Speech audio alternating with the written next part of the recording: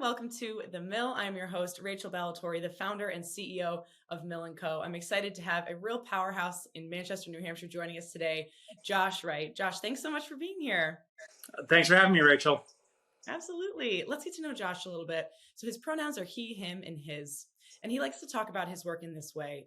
In the investment world, like weather on an ocean, there are always changes, and it's important to have an experienced ship captain to help navigate towards the chosen destination. In Josh's 2 decades as a financial advisor, he's seen both calm and stormy seas as the markets have fluctuated. Throughout, though, he's remained committed to helping his clients steer through these market conditions. As he gets to know new clients, he works to understand the scenario that they consider their destination.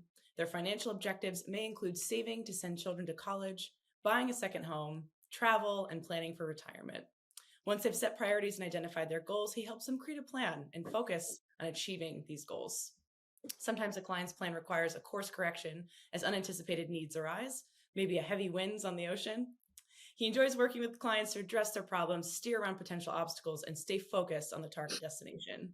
While, of course, he can't control market activity, he can tweak the strategy to help yield the best possible results.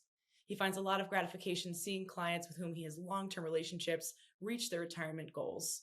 In addition to working with clients as a financial advisor, he serves as branch manager of the Manchester branch of Wells Fargo Advisors. As new employees join the team, he mentors them to be reliable and knowledgeable professionals. As with his clients, he's here to guide them along the way. Outside of the workplace, he's on the board of Trinity High School, Holy Cross Alumni Association, Greater Manchester Chamber of Commerce, and the Manchester Development Corporation. Additionally, he's the chair of the Storybook Ball to benefit Children's Hospital at Dartmouth, and he volunteers for Swim with a Mission. And most importantly, he enjoys spending time with his 2 daughters. Josh, busy life you're leading here. I'm going to have you read that for my bio, actually. I'm going to have you, can I put you on my website and have you read that to everybody when they show up? That'd be amazing. Yeah. Oh, yeah, for sure. Can we just record the voiceover? I'm $300 an hour, so I'll just perfect. Perfect. After this. We'll work out the semantics. Did we talk about Holy Cross when we first met? You know, my mom went to Holy Cross for. I did not know that. Yeah. What year? Oh boy, I don't know. You're putting me on the spot here. When did she graduate? She was born in 1957. Sorry, Mom, for calling out. So before me. So yeah. So she's, how old is she? 60 something? Late 60s. Okay. She's older than you a little bit, but so fun. Now, well, actually, that's a big deal because Holy Cross is celebrating, last year was 50 years of having women at the school because it used to be an all-guys school. So she was probably pretty early in the process of having women on the campus at Holy Cross as Crusaders. That's right. Yeah. She's a real trailblazer. Double sport. But we're not here to talk about my mom. No, we're not. You. So tell us about your journey. What led you to where you are now as a financial advisor and doing financial planning and investment advising? Well, I did not start off as a kid saying, hey, I can't wait to manage money for people. So originally I was going to, actually went to Holy Cross as a biology major. And my goal was to study marine mammals. So I wanted to go and be a marine biologist until back in the day, you had to read books to learn like what opportunities were out there. You didn't have, this vaunted internet. So the only job opportunities in marine biology were actually through death and retirement. So I decided that I was going to find something else. And so I swam in Holy Cross, swam in high school. I still swim today.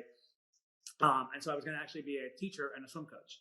And over time, that went by the wayside. And I met a few people along the way that encouraged me to join this industry. And I'm very glad that I did. Yeah, that's amazing. Is there a specific defining moment that you can remember that shaped your career? And was that kind of like aha moment of, I am a financial advisor? So there's 2.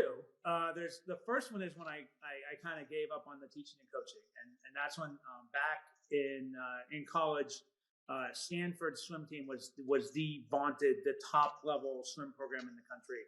And their coaches ran a camp called Stanford National Swim Camp that I applied to be a coach at. And I got interviewed, and I'll say, luckily I didn't get the job, because if I got the job, I would probably be coaching swimming and water polo at some prep school in northern Maine right now. But I didn't get the job, so I kind of rethought my career path a little bit. And then when I moved here to Manchester, I met a woman who ran the branch that I'm presently in, Bonnie, and basically she hired me. She gave me like a path to success, and really was important in my early success as an advisor back in 2000 when almost all financial advisors failed. So I give her a lot of credit in terms of helping me to kind of navigate through that early storm, because starting in this business in January of 2000 was not a good time to start in the business, because that was the tech wreck when everything was blowing up.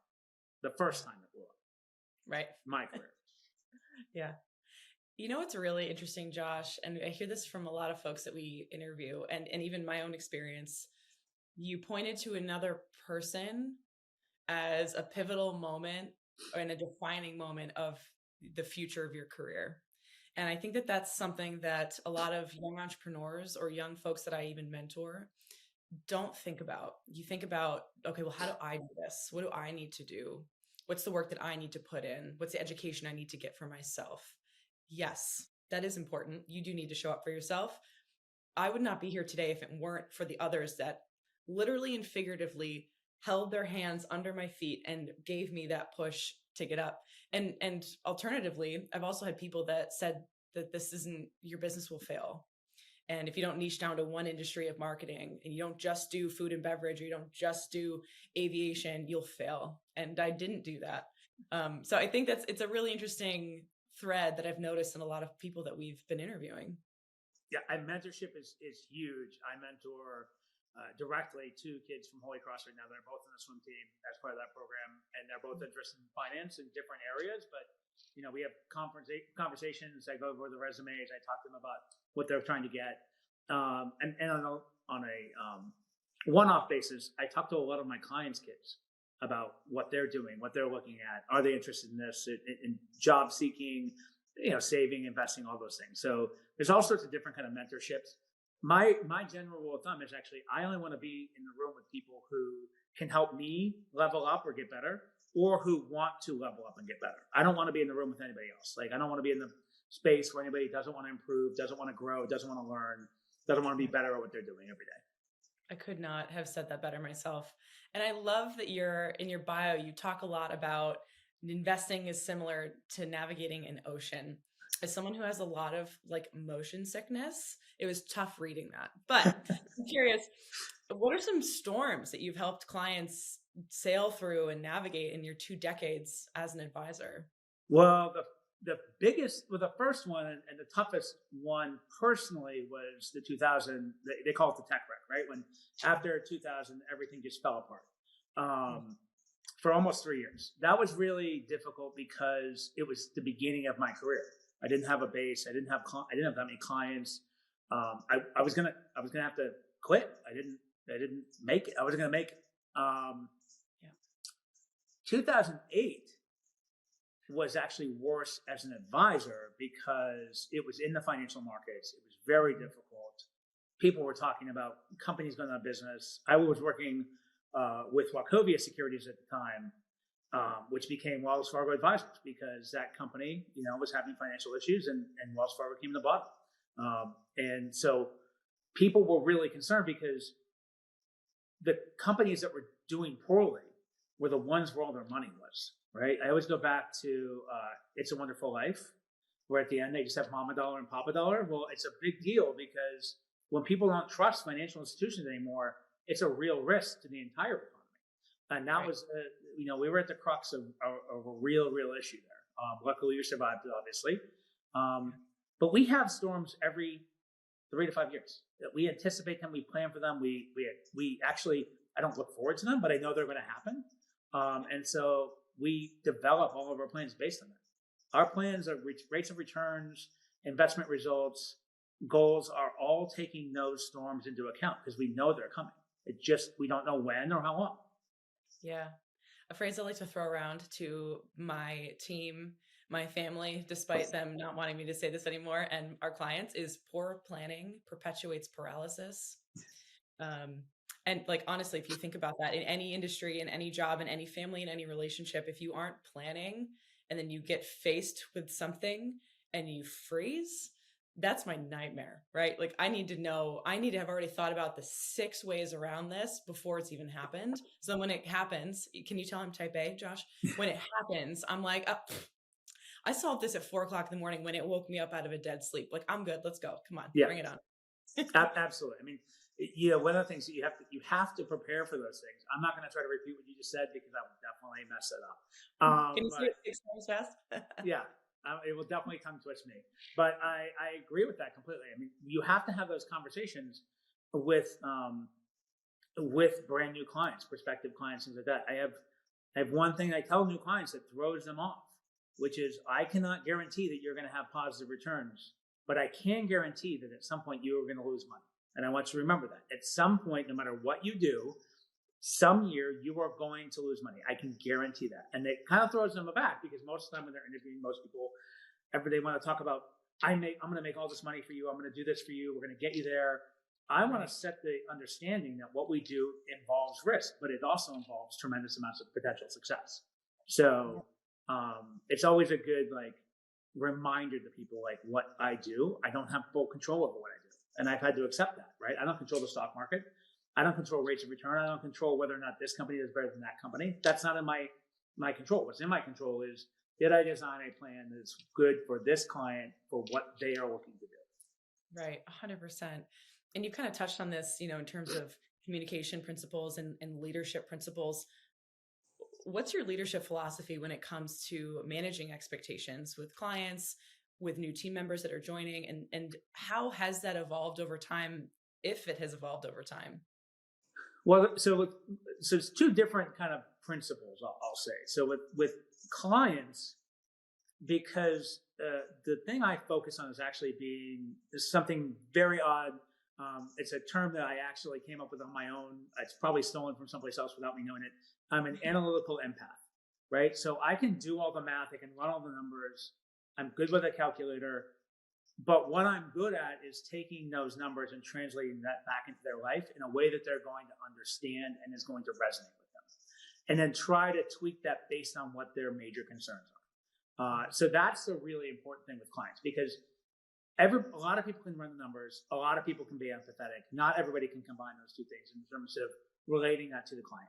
And that's where, going through the teaching process, coaching for years, I'm able to re-explain things to people when I see that I'm not explaining it right to them the first time. I'll put it that way. If I'm not being clear enough with them, or if it's not resonating with them, I can restructure that conversation, try to make it clear to them, and make sure that they're on the same page as I am when it comes to their long-term plan. When it comes to advisors, I really try to lead more by example. So I'm a conduit with our firm. I work with my advisors in Manchester, and I actually recently took over our Portland, Maine office as well. So now I run 2 offices. But I try to lead by example. What I'm doing with my clients, share my story, share what I'm doing, make sure that they're aware of all the services and solutions that we have to provide to clients.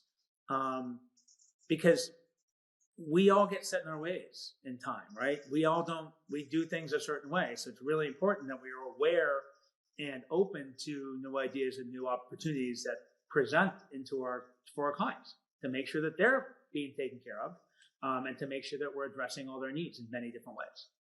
Yeah. And then the overarching thing is, I have a couple of things I say all the time. And the one I always say is, I will figure it out.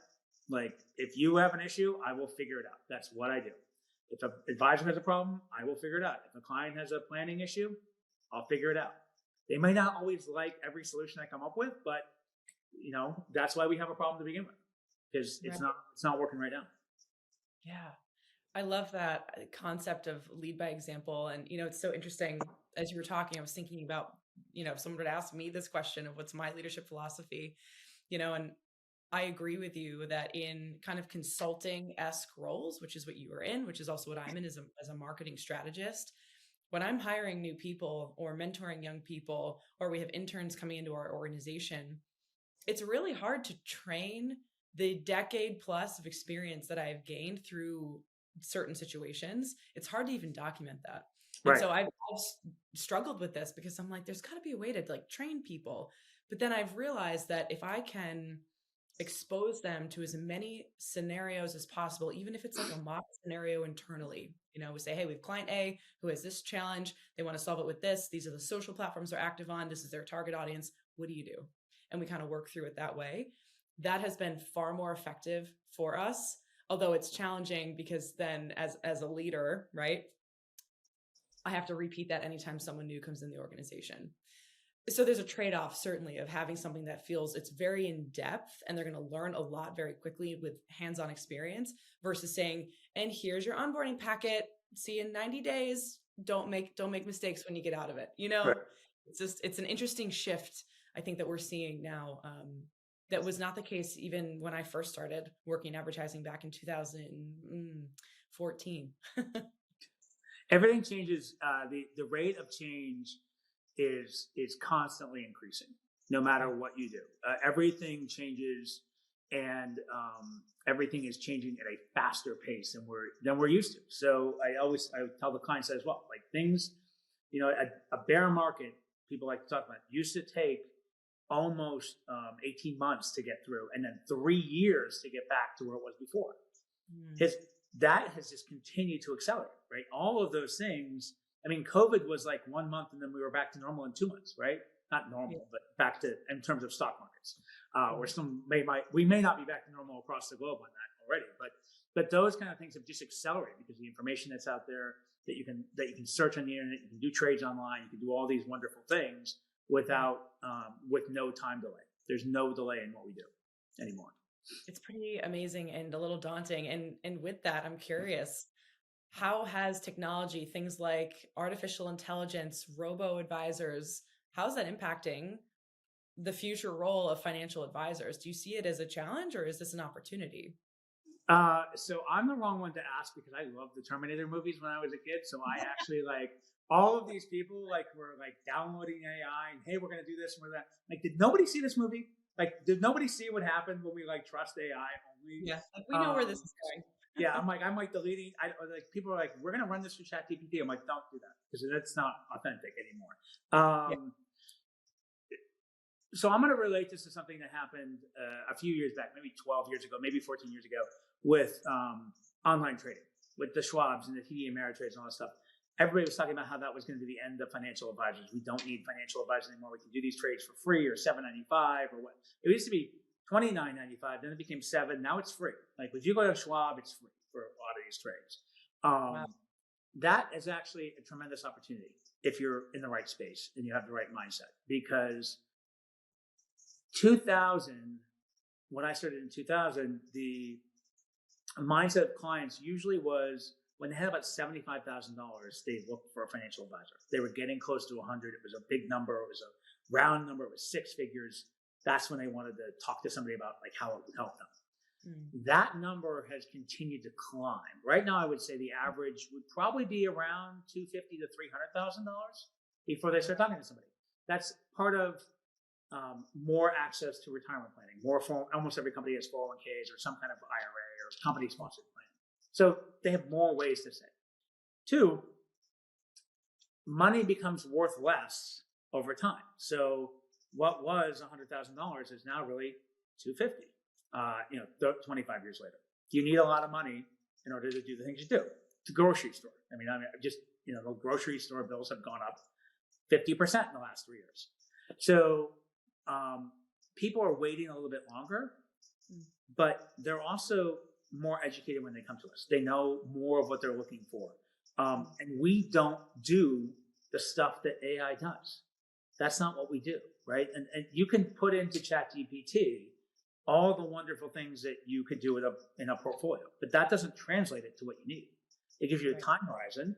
It doesn't understand the empathetical side of what you're trying to do, which is when the market tanks, what is the client going to do?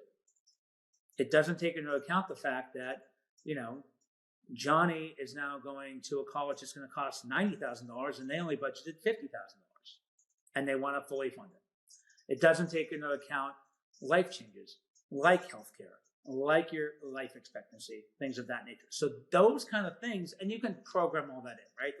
We use planning software, we use planning tools, but it doesn't take into account when you're sitting across the table from a client and you can see their eyes well up because they're scared about something. Or you can see them smile because you just told them that now, yes, they can take that trip to Africa or the trip to wherever that they're going to go. That was a lifelong dream. That doesn't translate into a program on a computer. Yeah, I couldn't agree with you more.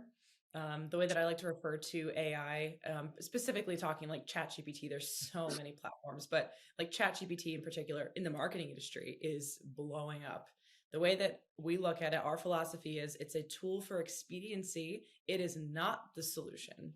So, for example, if you need to do some research quickly, transactional stuff, fantastic, right? If you need to upload a Google document to help it put it into a PowerPoint slide presentation, incredible. That is not a finished product.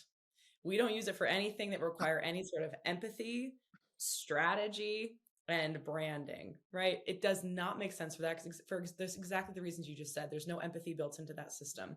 And then, I've had people be like, well, Rachel, you can tell it to respond more empathetically. And I'm like, it is still not empathy to tell something to be more empathetic, right? So I'm with you. I think that I sleep very well at night knowing that my job is not going anywhere because of how we approach work. Certainly I have some creatives, copywriters in particular, that are getting a little stressed, but I'll share a funny story with you. I was presenting, this is in 2024 in Vegas. I was presenting, a client had a huge conference. They flew me out to give a presentation on our blueprint strategy, which is building this kind of foundational brand concept, your why. A lot of people will be like, this is what we do. And it's like, cool, why do you do it? And they're like, I don't know. And so I challenged this room of like 200 people to create a brand story based on things that they thought their customers cared about them, right? So the why, the emotional side. And two different examples, both used ChatGPT to write this brand story. They inputted everything into there. The first sentence of both of their brand stories were identical with the exception of like 2 words. They were on opposite sides of the room. They are different companies. They're in the same industry of janitorial sanitation. And I was just tickled pink, Josh, because I'm like, thank you so much for making my point. Because someone had asked a question about like, oh, well, just why would we pay for marketing when I can just use ChatGPT? And I was just like, oh my God, what a slam dunk opportunity for me on stage. I could have gone one of 2 ways, but in real time, that example happened. And that certainly, things like AI are going to continue to get smarter, but I think there's always going to need to be a human element.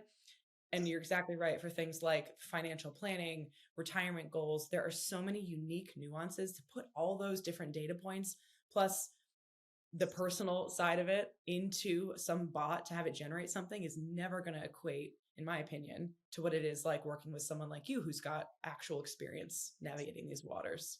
Well, I think that's really important too, because, I told my newer clients, I'm not retired. I'm not planning on retiring for quite a while, but I've helped, 50 families retire.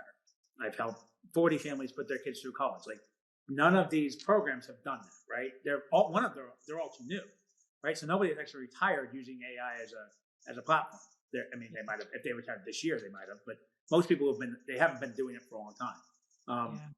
And there are a lot of nuances and things that you learn from watching other clients do things. Like, so I have the experience that I have, but I also have the experience of all the people who I've worked with. And I've seen what happens. I've seen the hurdles they've overcome. I've seen things that have, set them off or made things difficult for them. Yeah, 100%. And you mentioned earlier, you love working with like children of clients. So we're talking like generational wealth, maybe millennials, of which I'm a part of, and we're starting to age out, and then Gen Zs. We're seeing a lot of maybe younger people that are more interested in the concept of investing, whether they're DIYers or they have come into wealth self-generated or inherited at a younger age. That's the type of generation that's also going to be looking to things like AI, more robo-type investing models, because they grew up in that world.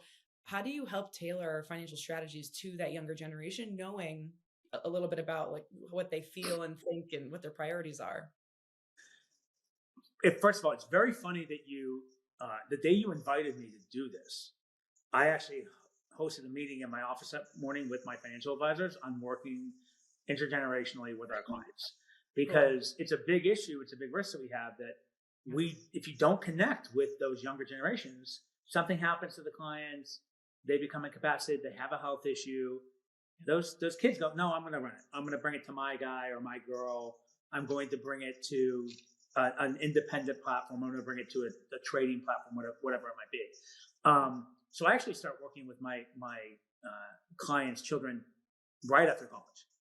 They usually schedule a call with me, and I make sure that they're aware that that's a service that I offer, whether they become clients or not, whether we do one bit of investing, that we start that process, because in many cases, it's cost prohibitive for those kids to start working with me. It doesn't make sense, right? It doesn't make sense for them to work with me, to pay a fee, to do all that stuff. Now, a lot of times the parents, they'll become involved and help them out in that way. And I obviously lower my fee for my clients' kids, but they don't have the need yet, right? They're still putting money into the bank. They're still trying to save. They're still trying to figure out the basics. We don't teach the basics of things like that in school. We don't teach even if you take an accounting class in college, they don't talk about what you need as an emergency fund. They don't tell you exactly how much you need to put down on the house or how much you should put down on the house. They don't tell you that if you put away money in your retirement plan between 18 and 26 and stop, you have more money than somebody who started at 27. So like all of these different pieces dovetail together to create an opportunity to work with them and to create their own wealth, no matter what their parents have. So I really start with a bucket approach.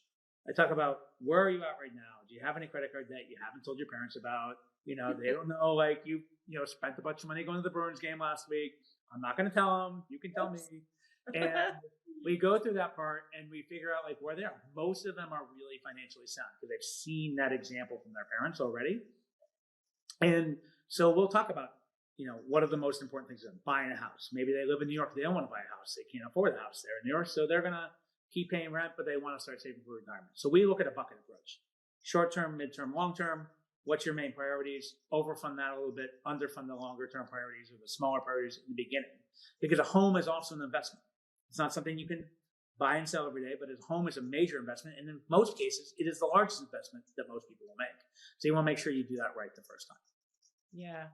At Mill & Co, we work with a lot of high net worth independent RAs. Yep. And I have this very similar conversation with them all the time. 90+% of their business is going to be word of mouth. Wealthy people know wealthy people. Generally, they have one or more children. If the focus is so heavily put on the parents, then when it comes time for those kids to either inherit wealth or they're receiving annual gifting from their parents, and now that's starting to accumulate into, okay, well, now you're kind of getting closer to our threshold of 250,000 minimum AUM. You have to connect to them for one really important reason, which is trust. Because those people, their parents, came to you from a trusted source, but their kids only trust you in the sense of like, well, it's just my parents' advisor. And so if you can establish trust and relationship building at a young age, knowing that I'm invested with you, I'm invested with your parents, but your priorities might be very different from your parents. To me, I think that is such a smart tactic that any advisor should be doing, even if it's just simple value add. Hey, saw this article about investing for novices. I wanted to pass this on to you. I thought you'd find it valuable.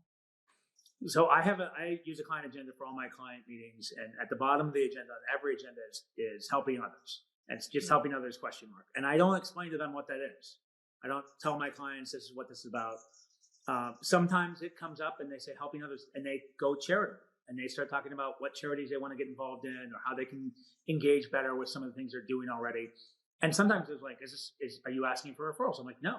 But if there's somebody who is important to you in your life and you want to make sure they're well taken care of by somebody that you would trust, then I'd be happy to talk to them. So I actually accidentally left it in there, and it's become like this kind of like choose your own adventure book. Like, you're probably too young for those, but I use it all the time. I am not too young for those, but thank you for thinking. I used to read them. I mean, they got pretty boring over time and a little redundant, but like that's how I think of this. It's all choose your own adventure. We all start at the same point. We all have the same opportunities. You can, I'm going to go to chapter 5 versus chapter 7, and the next time you can do it again and do it a different way. So, and I have 2 daughters. They're very different. They are only 14 months apart, and they are completely different. They were raised in the same household, across the hall from each other, completely different. And so all my clients' kids are like that too. And so you have to have, even though they're starting from the same point, the same chapter in that book, they have a completely different outlook. they have a completely different set of goals. So you have to be aware of that and adjust what you're advising them to do based on what they need. Yeah, I love that. You got to have flexibility. And you talked earlier about how important it is for you to mentor others. What are some books or podcasts or other resources that you lean on that have influenced you or inspired your position, how you look at financial planning and wealth management?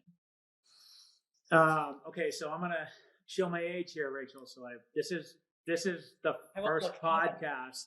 This is the first podcast I've ever even been involved in. I've never listened to one. I've never seen one. I was like, I know what they are. I just have never done one before. So the first one I'm actually going to watch will probably be this one. Oh, what an honor. Thank you for that. Perfect. Just so I can critique myself and how poorly I So, did. let me ask that question. So what books or articles or things do you read through chiseled stone, Josh? Well, we start with the 10 Commandments. Now, actually, my principles are pretty set in terms of how I manage money. The things that I read about are actually how to improve overall. So, like 10x is better than 2x. This is. I'm going to forget the actual title of it. It's you're the captain of your ship. It's by a Navy guy who took over the worst performing ship in naval history, and he made it the best performing in 3 years. So that's a lot of stuff I work on.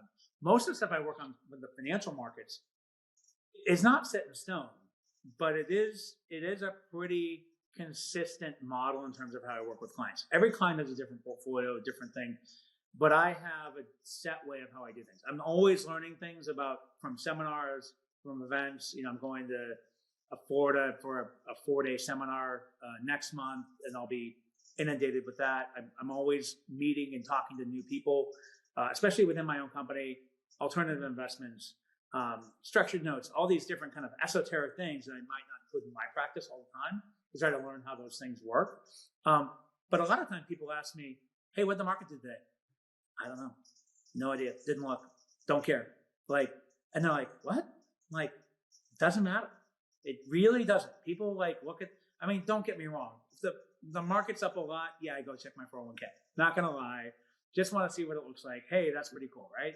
Everybody does it, and you should, because it's kind of cool. But many times what I do day to day has nothing to do with the stock market. Almost nothing. I can't control it. It doesn't matter.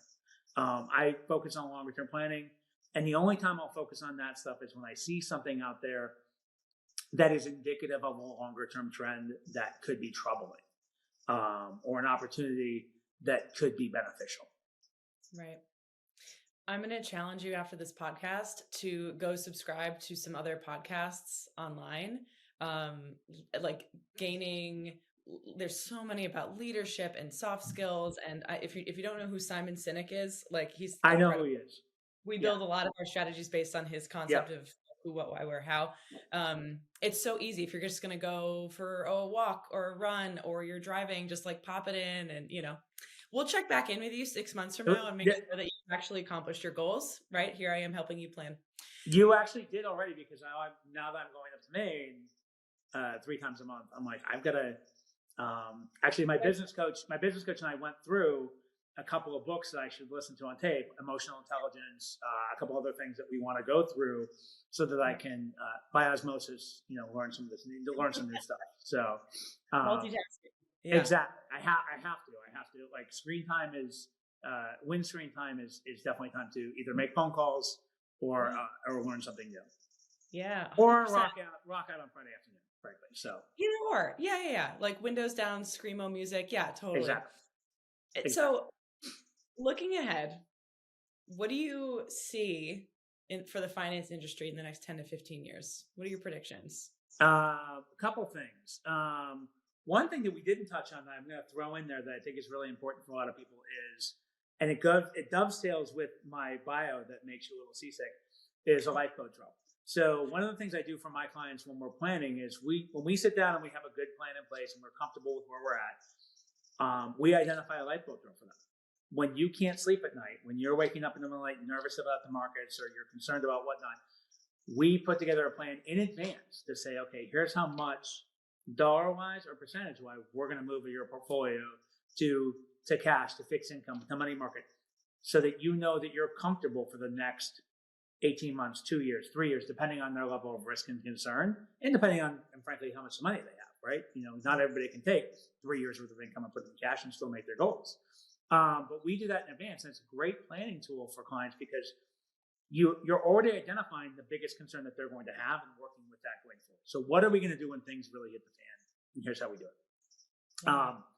The next 10 to 15 years, from an industry standpoint, there are going to be a lot fewer financial advisors. Right now, I am 51 years old, and I am the second youngest person in my office of 17 advisors. So, so the age band is getting older, and we're not having newer people come in. So we're not, I started in this business when I was 26. There's no 26-year-olds showing up at my doorstep looking for jobs right now. And the reason is because the failure rate was 95%. So the failure rate of bringing advisors in, only 5 out of every 100 survived past 5 years. Okay. We're working on changing that. We're working on adjusting it, finding new training, mentoring, ways of integrating younger people into practices. But it's a constant struggle to get them there. So there are going to be a lot fewer financial advisors.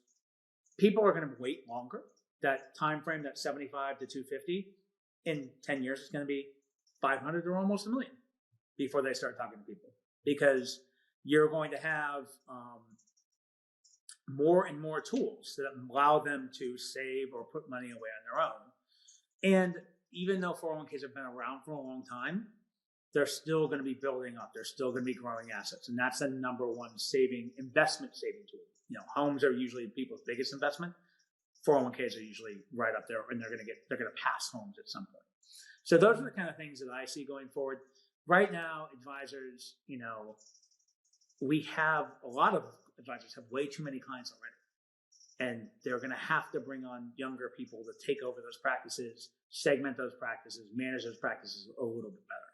I'm a little bit different. I run a very segmented client book because I have other responsibilities as well. So I'm very specific in the types of clients that I take. People assume that it's based on money. It's not. It's actually based on one factor, and that's whether or not I like you. Right? I honestly, this is my job. I do it all the time. 25 years in, I still work 60 plus hours a week. And if I don't want to do this job when people don't appreciate me, don't appreciate my efforts, don't appreciate the woman who runs my practice, Mary, and I spend a lot of time with these people. I'm in-depth conversations with them about things they don't share with family, with friends. So I need to work with people who I enjoy working with. There are like 3 clients I work with that I don't like, but they're all related to me, so I have to keep them. I was wondering where that was going. It's interesting that you kind of end on that, Josh, because I have a very similar philosophy with clients that we work with. Any client that we're working with, we really like. I have said no to business. I have turned down proposals. I have backed out of RFPs. And I will continue to do that because what I really, really value is living and my life, and I don't live to work. I work to live. And I think that more people will be more successful doing that. And the folks that we end up working with who really appreciate our value have become much bigger clients than the ones that are over here nitpicking, questioning, not showing up to meetings and demanding risk updates and things. I don't have time for it. I'm sure you're great, but I have my priorities. It's so true. This is, for me at least, this is the best job in the world. My job is literally to get paid to help people achieve their goals, right? That's actually that's my goal. That's my job. That's what I do every day. And it's very cool when your client, sends you pictures from their trip to Africa, their trip to Europe, or their trip to Alaska. Right now, for some reason, everyone's going to Portugal. I'm in for it. I've never been there, but I'm going to go. I think I had 5 clients go to Portugal last year. Totally not together, don't know each other, just happened to go. So I love that factor, and I love that, when a kid graduates from college, they send me a thank you note. How cool is that, right? Their kid graduated from college debt-free, and you help them do it. And it's an amazing experience, and you get paid to do it. How much better could that be, right? Yeah. So as long as you can kind of get around the minutia, which I don't engage with minutia. It's not my thing. So as long as you can get around the minutia of the stock market and equity returns and all this other stuff, and just focus on what their long-term goal is, it's an amazing experience for everybody. You'll have to be like a video testimonial to get younger folks in to become financial advisors, because that's a really great testimonial that you just gave. So just to kind of wrap it up, Josh, what's next for you personally, professionally? You got some goals for 2025? What's on the horizon? I have, well, I mean, there's a lot of things on the horizon. I just took over this Portland, Maine office 2 weeks ago. Was my first day up there, so I know some of the people up there already. I've been a financial advisor running my practice for 25 years. I've been a managing Manchester for 18 years, and we've grown from 5 advisors to 17 over that time. And now I'm taking over a whole new branch for 2 weeks. Started 2 weeks ago, and now I'm looking at, okay, how am I going to grow this branch? How am I going to work with these financial advisors? So it's a whole new dynamic for me, logistically, just trying to figure out how do I make sure I support them properly, in the way that they deserve, even though I don't live there. So I live 1 mile from my office here. They're 90 miles away, but I still have to make an appearance. So I'm an in-person person. I don't. When you invited me to do this, I'm like, oh, we're gonna do it in person, right? Like, and you're like, no, it's remote. I'm like, oh, I'm not as good at that. But it's so that's a really big thing. I mean, for me, the nonprofit stuff, the charitable work, the economic development work has continued to grow and be more impactful in my life.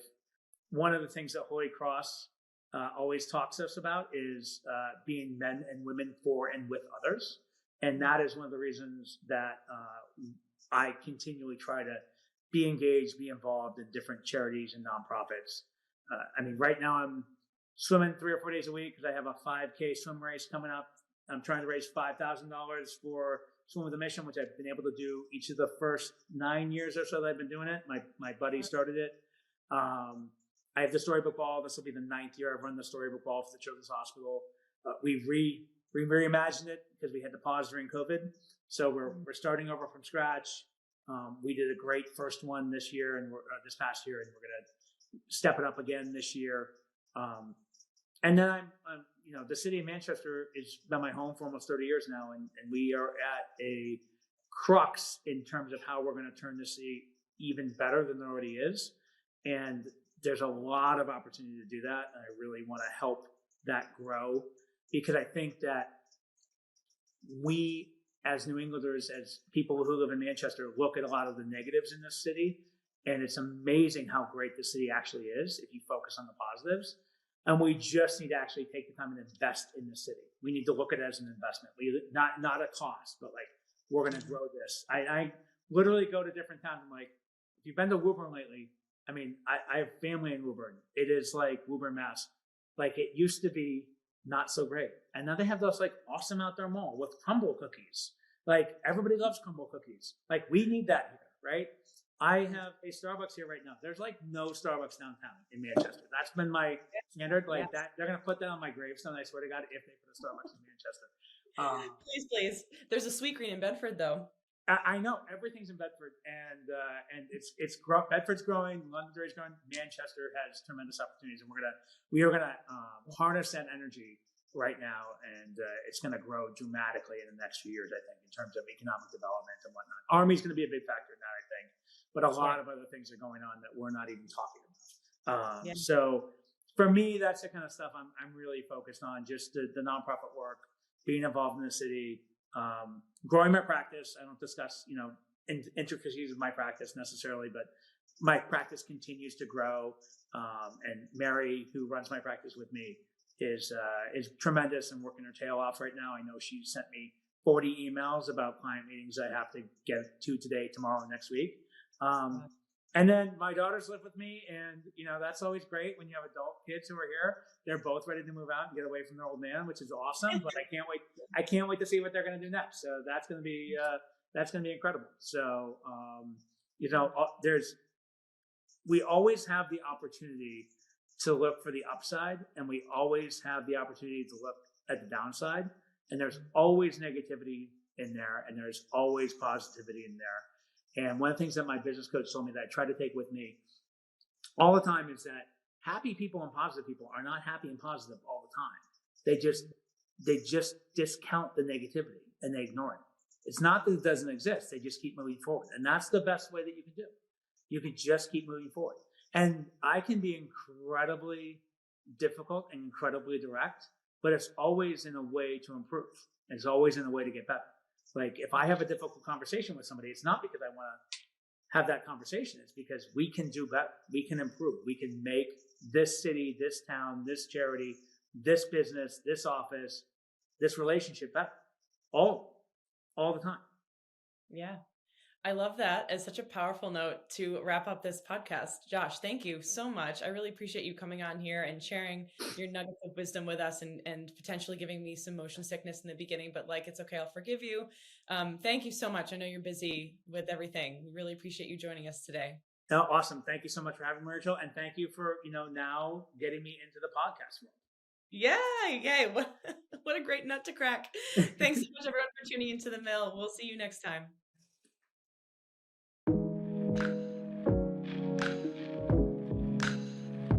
Thank you.